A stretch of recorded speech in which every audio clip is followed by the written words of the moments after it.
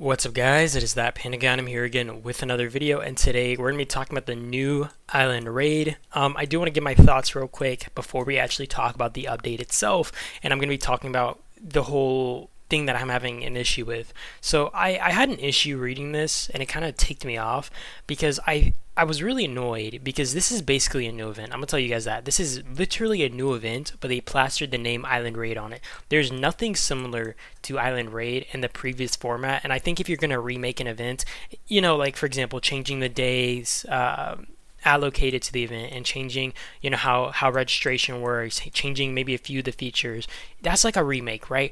This is literally a new event. This isn't a remake. This is just a new event, plain and simple. It might be the same map, but you could literally just make a new event and like name it something else and like have the same map. I can honestly only assume that they've done this for the like simple fact of, hey, we want to get people to hyped about this event and enjoying this event more. Because to be fair, I feel like there has been a lot of hate directed at new events that the game releases, and I do think there's a lot of unjustified hate. I do think like some of these events are pretty nice, and I think that people just like hate because like they're frustrated with the game, right?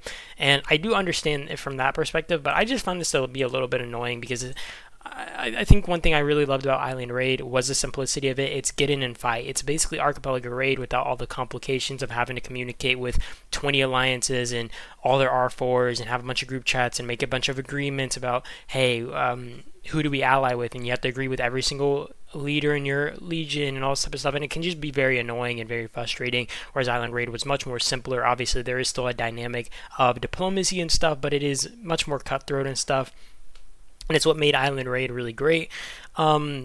Like I said, I do want to say I do think that this event could be good. I just am very frustrated with the fact that they've plastered the name Island Raid on it, because it's not Island Raid. Frankly, this is a completely different event. I don't want to complain too much though. Let's hop into it and let's give a little talksy over all this. So, Island Raid Remake opens for registration on the 4th. Please update your game to access. Gameplay and map adjustments. A new coin plunder gameplay. Outposts produce prism coins from the second day of the event. Alliances can declare to plunder prism coins on the outposts belonging to other alliances. Declaring war. War can only be declared on outposts during the event. Alliances can directly attack and raid the outpost they have declared war upon. I do want to say real quick, this is a little bit confusing. And obviously we won't know until the actual event comes around, but they kind of leave it, like make a lot of this stuff vague. And I know the developers do this a lot, but they'll talk about it, but like you don't need it to be territory connected to raid these outposts and stuff for points and all this, as long as you declare war. How often are you able to do it? How frequent is this? I know you can build helipads. They'll say here in a second how many helipads can you build. Are you able to build like towers like normally, which I'm assuming is the case from like a lot of this, but like would you be able to just directly connect to the outpost and take it? Like how does a lot of this work is my question. And would it kind of force you to like fight on multiple fronts? For example, if multiple alliances declared war on different outposts, if you've taken them around the map, will you have to defend like 3 to 4 outposts? Because remember, like you can attack it without being connected. So basically, multiple alliances can maybe coordinate against you and like declare war on your outpost, or could multiple alliances declare war on your singular outpost and coordinate together to attack it and take it, or whatever the case? And I found this to all be kind of interesting, but we're gonna kind of go through here. Outposts produce prism coins though. Declaring war. War can only be declared on outposts during the event. Alliances can directly attack and raid the outposts they have declared war upon, regardless of whether territories are connected. I'm assuming like fights are going to happen like normal, like you can still tower fight and stuff, but I could be wrong in this regard as well. Temporary helipad. During the event declaration period, alliances can construct a temporary helipad at any location on their map to allow members to relocate near it. The temporary helipad will incinerate after the declaration period. Oh my gosh, I'm sorry, I'm stumbling on my words. So I'm assuming this has like a period of like 4 hours or 8 hours or something along those lines. I am interested if they're gonna like force you to, if you're allowed to like build it within the vicinity of alliance's towers, right? I'm assuming you can't attack towers that are connected to your helipad, because frankly that would be OP. Since you can't attack a helipad, you'd basically have to defend all the towers while defending like your outposts and stuff, and that'd be kind of stupid. And I imagine they're not going to allow that. You know what I mean? So yeah. Prism coins will be included in the combined coin rankings from the 3rd day of the event and counted in the event rankings. So it says in the third day. So you, even if you can raid on the second day, these coins that you're raiding on the second day will not be counted towards the event rankings, which is interesting. Because like, what is the point of raiding on the second day then? Would it just be to fight and exhaust your enemy or whatever the case? And if that's the case, what would be the point of actually defending on the second day if you don't need to? You know, if there's like no point rankings or anything included. So I don't know if I'm missing something or what. But yeah, added miasma zone. A new miasma zone will be added to the center of the map. Players can't construct watchtowers around the miasma zone or relocate shelters there. So this is probably going to be similar to Genesis War, how they have certain towers that do not open until the fights actually start or the middle actually opens, which is, I find unnecessary. I'm assuming it's just like within like a ring around like the ruins or something, right? And it's going to like force players to, if you want to connect to your enemy, you're probably going to have to build in a more awkward way, or you're going to have to waste more cement, which is just stupid. I found this to be kind of unnecessary. Maybe they're trying to prevent teams from like setting up on mid and just like being able to completely dominate it or something. But I don't think this is necessary, frankly. I don't think this is necessary. I find like having mid open like normal just seem fine. I don't know. I don't really have a lot to comment on this. Like, I feel like being able to build around mid and setting yourself up to defend over there and stuff, and forcing teams to siege in you was actually a really cool aspect of the game. Especially Island Raid. You've seen this quite a few times, especially in like G1 and stuff. So having it like this is just unnecessary if you ask me. But I don't know. You guys can give your thoughts on that one. Da da da da. But yeah, added miasma zone. The miasma zone will dissipate after once the required buildings are open. So like I said, probably ruins or something. Added speed rescue during the event. Elixir heal will be added to the hospital. That allows you to use rescue elixirs to immediately heal wounded units. So I'm assuming these are actually during the fights. You'll maybe get like, let's say 3 of them, and maybe they'll clear like 20% or 30% of your hospital. While evacuating, 65% of your wounded troops in the hospital will be automatically returned. This is referring to, obviously, when the event is over, you get like a percentage of your troops back, so this is 65% of your wounded units. And the aid station will return a percentage of your lost troops daily. You know, that's expected.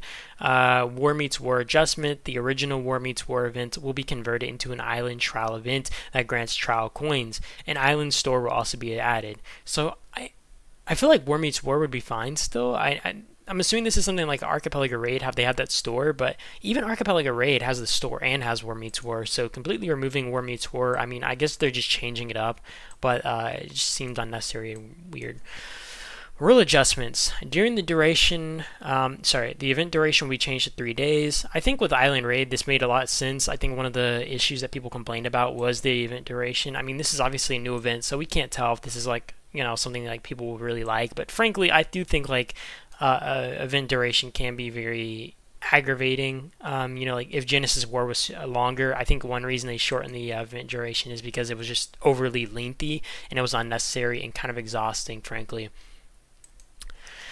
Registration. Alliances with 50 or more active members with shelter level 16 or above can register to take part. Warzone divisions. Alliances can be split into 3 war zones based off alliance might. This is similar to, I think, Genesis War with the ranks because, you know, if you guys don't know, Archipelago Raid and Genesis War are different. I think with our AR, it's like 1 through 60 something alliances. Actually, no, it might be 1 through like 100 and something alliances, whereas, you know, Genesis War and Island Raid in this case are 1 through 32, 33 through 256 for Elite Warzone, and then Fearless Warzone is 257 through 220. Other alliances will not be able to participate. Okay. Alliance building material production. Helipads continuously produce alliance building material. Occupy settlements to increase their production.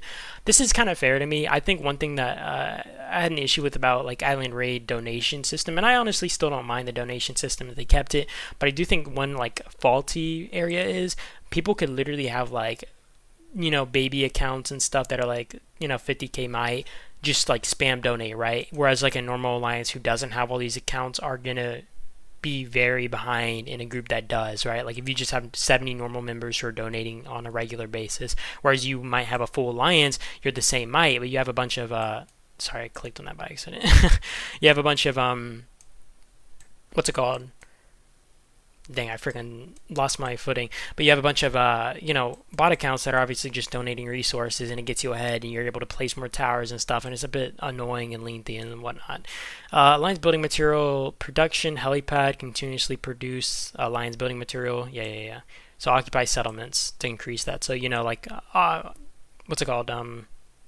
The outposts. I'm assuming the villages and stuff still exist. So if you occupy villages, you probably get more production per day.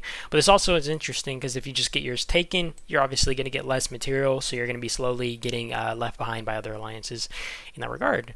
Added battle participation preference system. Alliance members can state their preference in participating in battles. The alliance officers can consider their preferences when registering for war events. So I wonder how this is going to work. Either alliance members are going to be like, hey, I do not want to, I don't like this event, don't register, right? Or it can be like, hey, you're allowed to, hey, I don't want to be registered for this event. So maybe you're going to be able to individually select who is registered and who is not. Not sure about this. We'll only be able to see when it actually comes around, but I do think that this is kind of an interesting, and it wasn't necessary, but it was a nice feature added, right? I think some people maybe would like if you can like individually select who enters or not. So added alliance coalitions. Alliances can form coalitions. Once formed, the other alliances in the coalition will be marked in a special color and will be protected from attacks during field battles to prevent accidental friendly fire. Added a new merit system. Oh, sorry. I just went over this and I didn't even cover it. So this is kind of similar to Archipelago Raid to me. For anybody who doesn't know, when you have a legion in phase 2 that you're allied with, it'll make their marches orange, right? And you guys might not know this, but when I get on the field, for example, and I'm clicking around, and I do wish they had this for Archipelago Raid in phase 1, where you could just be like, hey, this is my potential ally. I want them, as stated as an ally right on the map, so you're not accidentally clicking on them. But I do like this because I think if you guys don't know, when I'm using the click all feature, I can't click on a guy who's my ally, right, or who's my factional ally. Unless I directly click their unit, I click the attack icon and I forcefully attack their unit, I cannot click attack them, right? This is something that they've obviously done intentionally, so you're not accidentally clicking them during big field battles and stuff. With the focus all feature and stuff, this makes it a lot more simple. It makes it easy not to just basically slam your allies by accident, which in the phase 1 this happens pretty regularly. There's a lot of crossfire and stuff, and a lot of the times you miss tags, which can be really annoying. And I can find this being very interesting. And one thing I actually want to talk about is, I don't know if you guys have noticed what they said earlier, but when they talked about outposts, you can declare war on outposts. You don't have to be connected to them and stuff. I wonder if one alliance dominates the map, or even if they're not dominating, if they're a team that people feel is a big threat, can you tag team their one singular outpost together? Can multiple alliances declare war at the same time and siege it simultaneously? You get what I'm saying though? Or in any case, could you siege multiple outposts that these guys are holding at the same time and just have multiple groups kind of coordinating based off that, even if they kind of push you back to your helipad, since you don't even have to be connected to the outpost, right? Could you just attack that directly? You know what I mean? From helipad, and everybody just kind of coordinates like that. That is an interesting feature, and I do find this to be kind of cool, and I actually want to see how that's going to be kind of optimized. Yeah. So add a new merit reward system. Alliance leaders can distribute merit chests. Yeah, kind of expected. And then they go over all the other updates that we've already gone over in my other video. I could cover this, but I'm not going to cover it. We did already cover it in our other video. I do think that they've said some other stuff in here, so I will go from number 6 here. All-Star Night matchmaking optimizations. Matchmaking for the Splendid Steel and Top Commander will be separate. Okay. District Showdown optimization. This is probably going to make it to where more spinners are in the same bracket, by the way. So whales aren't able to kind of monopolize different brackets all the time. That, or because frankly they're going to want to force you to spin more too, right? Obviously they want whales to be in the same bracket. They want you guys to be pushing each other, because if whales are getting easy, they're only going to be spending and I say only, but they're only going to spend a few $100s or something to get easy placements in Splendid Steel. Whereas if a whale has to fight another whale to get their Stella or something, their super weapon completely awakened, they're going to potentially have to drop thousands at times, right? And this will make it more profitable for Doomsday, and it'll also make it easier on the free-to-play players. So you can also enjoy this, frankly, right? Thanksgiving events. 25th, so I guess that is coming up. Okay, we'll see what that is like. I almost forgot Thanksgiving was around the corner. District Showdown optimizations. Increase the number of mysterious merchants to 2. I forgot District Showdown existed. I'm surprised they're even bringing this back. Merchants to 2 and added a new gym pack. Improved District Alley rewards. Optimize the user's experience detail. New squad skin Thor's hammer. Yada yada yada, whatever the case. Either way, I do want to hear what you guys think about this. Do you guys think that this is going to be a crazy update? Do you think are you guys excited for the new Island Raid? You know, I gotta put quotations around that because Island Raid is obviously not Island Raid. It's just a new event with Island Raid name plastered on it, and that's one of the things I do find kind of annoying. But I'm assuming it's gonna be on the same map. If they're at the very least, if they're naming Island Raid. If this is on a different map, I'm actually gonna like crash out and lose my mind. That being said, I do appreciate you guys for watching as always. I do hope you guys enjoyed the video. I hope you guys got something out of it, and I hope I kind of explained this update to the best of my ability and made it kind of understandable for you guys. Either way, you guys have a great day or night though. I will be seeing you guys in the next video. And that is about it though. And yeah, peace out.